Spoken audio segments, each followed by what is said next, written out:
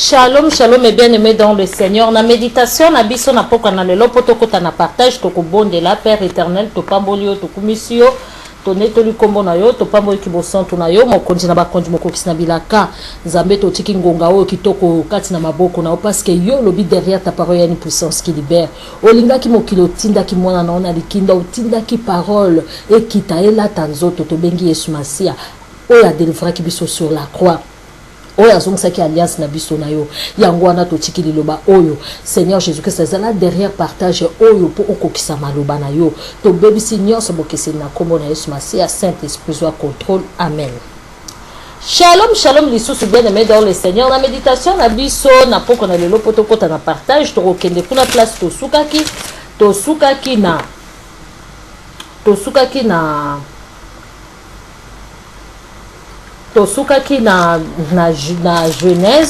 Genèse chapitre 34. Nous lisons au nom de Jésus. Un jour, Dina, la fille de Jacob et de Léa, alla rendre visite à deux femmes du pays. Shichem, fils de Hamor, le chef hivite de la région, l'aperçut et il enleva et lui fit violence. Mais il s'attacha à elle, on devient amoureux et tenta de la convaincre. Il dit à son père, Hamor, demande pour moi la main de cette jeune fille, je vais l'épouser. Jacob apprit que sa fille avait été déshonorée par Shichem, mais comme ses fils étaient au champ avec ses troupeaux, il ne fit rien jusqu'à leur retour. Hamor, le père de Shichem, se rendit chez Jacob pour lui parler. Quand le fils de Jacob revient des champs, ils apprirent ce que s'était passé. Il se sentit insulté et entré dans une violente colère, car Shichem avait fait quelque chose d'inadmissible. En violant la femme de Jacob, la fille de Jacob, on ne doit pas agir ainsi en Israël. Mais Hamor leur dit, mon fils Shichem est amoureux de cette jeune fille. Donne-la lui pour femme. Alliez-vous avec nous, donnez-nous vos jeunes filles en mariage et épousez les nôtres. Vous habiterez près de nous, la région vous serez ouverte. Vous pourrez vous y installer, y traiter vos affaires, y avoir des propriétés. Shichem lui-même vient dire au père et aux frères de la jeune fille, soyez indulgents pour moi, je suis prêt à vous donner ce que vous voudrez.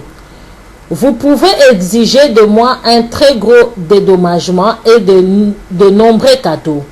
Je donnerai tout ce que vous demanderez pourvu que vous m'accordiez cette jeune fille pour épouse. Les fils de Jacob répondirent avec ruse à Shichem et à son père Hamor, parce que Shichem avait déshonoré leur sœur Dina, ils leur parlèrent ainsi. Nous ne pouvons pas donner notre sœur en mariage et à un homme incirconcis. Ce serait un déshonneur pour nous, nous ne vous donnerons notre accord qu'à une condition. C'est que comme nous tous, les hommes chez vous soient circoncis. Et c'est que, comme nous, tous les hommes de chez vous soient circoncis. Alors, nous vous accorderons nos filles en mariage et nous pourrons épouser le vôtre. Nous habiterons près de vous et nous formerons ensemble un peuple. Mais si vous n'acceptez pas d'être circoncis, nous prendrons notre sœur et nous répartiront. Alléluia. Awa totangi malamu Jacob azaki susu na mwana moko komone Léa kobota bana eza kobota mitema te. Alléluia. Azaki na mwana moko komone Dina kutu. Dina wana mukolo mususu alobi te nake kotala nake kotambola bino ba jeune fille ndenge bolobaka nake kotambola jeune fille yango na bolenge na ofoye banzambe. Tala mwana mwasi atelemaki akenda kotambola yebaki teke viole kokuta ye.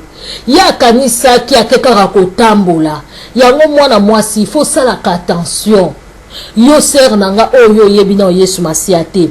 okende place moko ozomela masanga na bana mibali ozoyeba te intention ya bana mibali wana ta mosusu bazozela yo langwa mpo bakende koviole yo bana mibali ya sikoyo bakoma makambo mabe surtout baoyo bayebi nzambe te yo mwana mwasi ozali mpe kaka bongo oyebi te nga bakamarade nanga bamaster nanga bazalaka bana mibali mais oyebi nzambe malamu te oyebi intention na bango epai na yo te. Alléluia. Mwana mwasi ope akendaki kotala ko rendre visite akendaki seul bandeko na ye bazalaki te akoma kuna ye akendaki na visite ake kokutana na mwana ya mukonzi oyo mwana mukonzi oyo akei kokanga ye na makasi lokola alekaki kitoko aviole ye tofunga na parenthèse eza na ba jeune fille mosusu ya lelo bakoma naza kitoko naza makolo kitoko naza nzoto kitoko azwi banzoto nyonso atiki libanda ya yebi te intention nini aza kopesa na bato ntango ya tiki banzoto na ye libanda yango monaka ba jeune fille mosusu basukaka na viol parce que ba viol mosusu ezali provoquer kaka biso moko bana basi to provokaka ba viol mosusu ntango yo moko za koleka bilamba na yo nanu façon na yo ya kolata mobali aza mobali okomona nzoto na ye etelemi tango kotelema posa na ye soki surtout ameli masanga posa na ye asisa makambo nyonso epai na yo même na violence. Alléluia. Mwana mwasi oyo akendaki kotala akendaki kotala bato oyo bayebi nzambe te babi akendaki epa bato baza baincirconcis bato oyo bakatama ngenga te bapayen oyo bayebi lisumu te bango kozwa mwasi kobima na ye na fornication pa na bango eza nango lisumu te. Alléluia. Bango baza na bango na bainterdit te baza na bango bana na Israël te yango balobaka tosala keba ataka bafrère mosusu tozomona soi-disant frère na kati église osala keba yo elenge mwasi mwana mwasi ope akendaki akomi kuna Shichem aviole ye mais Shichem ntango malgré aviolaki ye azalaki na posa abala ye mais soki oza na posa kobala moto okomona nanu bolenge na ye te okomona nanu liboso nzoto na ye te yango omonaka ba jeune fille mingi babalaka bango te na sens nini oza jeune fille mobali nanu abali yo te yo deja solakisi ye nyonso mibali mosusu baviolaka bato spirituellement bokotuna nga sœur alobi spirituellement ndenge nini azo ou bien psychologiquement azo jouer na psychologie na yo atie mbongo liboso atie bakado liboso ayebi ke yo na mbongo wana atie lo déjà piège ayebi ke tango kokweya ye amoni oyo ezali nidite na yo asakani na bomoi na yo ekomi na suka se amonaki oyo ye akokaki komona ekomi na suka akolinga lisusu makambo libala te. Alléluia. akolinga susu makambo kobala te. Alléluia. koloba te ngana ndingi na nga susu makambo kobala te lokwa na sina moni ye lokwa na sina moni banzoto na ye ngana ndingi ne susu makambo kobala te. Alléluia. yango tozomona ba jeune fille mingi lelo baza ko regretter lelo baza ko milela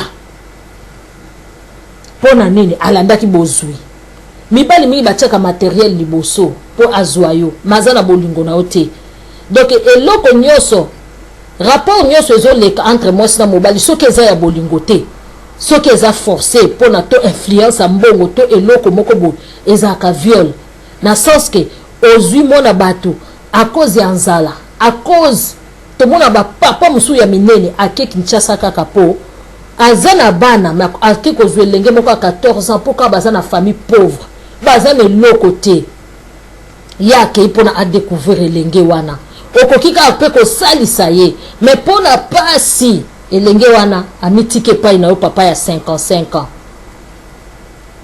Alléluia. eza pasi bandeko nanga oyo mwana mwasi akendaki kotala bato ya yebi etadam na bango te bato okutu bayana na ye basa pe ba camarade na bango te ya akendaki a visiter atala bango akomi kuna ba violer ye tango ba violer ye papa ya mwana wana lobi te foto kene kobanga makambo akiko senga loboko ya fi wana Dina mwana Jacob epai ya bandeko na ye bazaki na kanda bapesi bango condition balobi bino boza bato mo bokatama ngenga te biso tozali ba circoncis bino boza ba incirconcis faut bokatama nanu ngenga pona tokoma kobalana na bino. Alléluia. bandeko nanga faut bokeba soki kokota na famille ya bato famille on a balondi ko pesa ba condition yango mona ka batu mingi ba perdre ba personnalité na bango ko perdre personnalité eza rappelé quelque chose ya mabe tala aba bisi bango ava bo bala bana biso fo bino bo kata mangenga to boite mutu akoki ko landa pe kote ya malamu abongwa mais il faut boyeba ngenga ngo elingi ko lakisa nini boyeba ba condition nango tant ba ko kata bino ngenga e ko sala bino pasi to e ko sala bino pasi te. Puis il fallait que vous ayez condition ba misusu 10 personnes bakati bango lelo ceux qui pote beli bakati bango ceux qui pote beli bakati bango pour motema ya mutu yo yebite.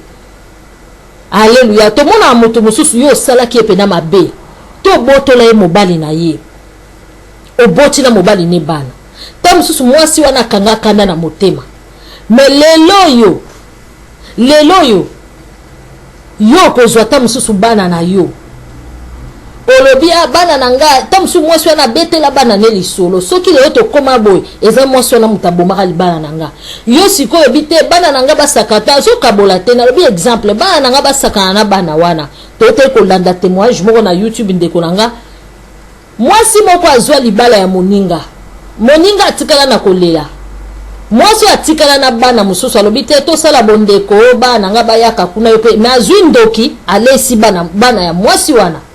Donc batu mususu balimbisaka noki te. Alléluia. Awa tozo landa babi bokata mangenga toyoka bandimaki to bandimaki te. Na verset 18. Amor et son fils donnèrent leur accord à cette proposition. Sans tarder, le jeune homme entreprit leur réaliser tant il aimait la fille de Jacob. Or, il avait beaucoup d'influence dans sa famille. Amor et Shichem se rendirent sur place à la porte de la ville. Ils dirent à leurs concitoyens, ces hommes sont bien intentionnés à notre égard, qu'ils s'installent dans notre région et ils fassent des affaires, que le pays leur soit largement ouvert. Nous pourrons épouser leurs filles et nous leur donnerons les nôtres en mariage. Ils accepteront habiter près de nous et de former un seul peuple avec nous. Mais à une condition, c'est que tous les hommes de chez nous soient circoncis comme eux. Si nous les donnons notre accord, ils viendront habiter près de nous. Alors, tous les détails et leurs biens finiront par nous appartenir.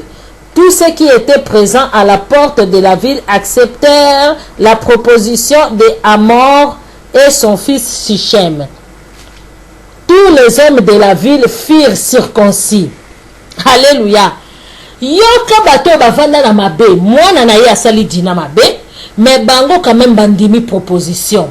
Balobi, yoka baisi babi omoni bato wana, oyo bavandi ya bavoisin na biso wana. Baza na mbongo mingi, baza na babetail, baza na biloko ndenge na ndenge. Mais poto bala mwana na bango babi to kata mangenga. Biso foto ndima to kata mangenga. Pona soki to kata mingenga to komi ko balana na bango to kozwa biloko na bango e ko koma ya biso yoka ide ya mabe yango koza na nzambe eza malamu alobi soki donc bango bayaki na bango te ko senga pardon pona bolingo bazaki na ngona dina bayaki nde sikoyo papa wana azwaki likanisi ya mabe ya ko senga pardon pona tangu bango bakondima alliance bamikitisi pona mabe tangu Jacob akokoma ya bango bakozwa lokola eza mboka na bango baomela bango biloko bakozwa biloko na bango na nko bataba na bango bameme donc papa wana atalaki richesse bien aimé dans le Seigneur to mona yango pe na mboka lelo okomona papa moko aye koluka mwana mwasi moko libala aye koluka pona mwana na ye o mwana bino azaka malamu tolinga bala mwana biso nzoka nde aza kotala matériel azota la famille wana eza famille soki na bali famille wana baza bande kwa ministre wana soka biso to bali famille wana biso to kolongwa na pauvreté. Alléluia eza mawa pona bato batalaka bomengo ya mokili. Mais Jacob na bana Jacob babandaki kotala valeur importance ya nzambe babandaki kotala valeur ya kozala moseka ya kozala vierge bandeko nanga babandaki ko honorer nzambe na bango. Par contre bango ba honoraki nzambe na bango te bandimi kokata mangenga bandimi kokoma lokola bato ya nzambe mususu. Et pourtant ndeko na nga nzambe na biso aza mayi océan keba salite ekotaka te kobima. Yoyo zoko tambwa likomoko na kati komoko libanda. Yoyo zoko lata kazaka ya mwana nzambe. Yoyo ndimi bakata yo ngenga. Eske okata mingenga ya motema? Ya mwa apôtre Paul alobi to kata mangenga ya motema. Ngenga ya poso te. Bato bakata maki ngenga ka ya poso. Balingai ko lakisa Jacob ke biso to lingi mwana na yo. Bande ko bayeba kipete. Famille o baza ko kende ko tumula. Bazali famille oyo. Bazali bato l'Éternel des armées. Bazali famille a Yesu Masia. Bazali bato oyo ba sacrifier vie na bango. Satan ko meka yo tika ya kota na ye. Aza ko ya me bato ya ko kutana bango na kati. Armée de l'Éternel we kengela kayo e ko pakatisa ye mbango. Tika bandoka libota basala mangungu. Tika bango babwaka maladi, mais maladi wane ko zongela bango en retour. Baliwe ko kitakati na bango, alléluia. Pour être mutu akengela kayo aza plus fort que l'ennemi. Nzambe apambola biso to kutani lisusu mbala sima to kolobela susu makambo ebele. Nzambe penza azwa lokumu to kopesa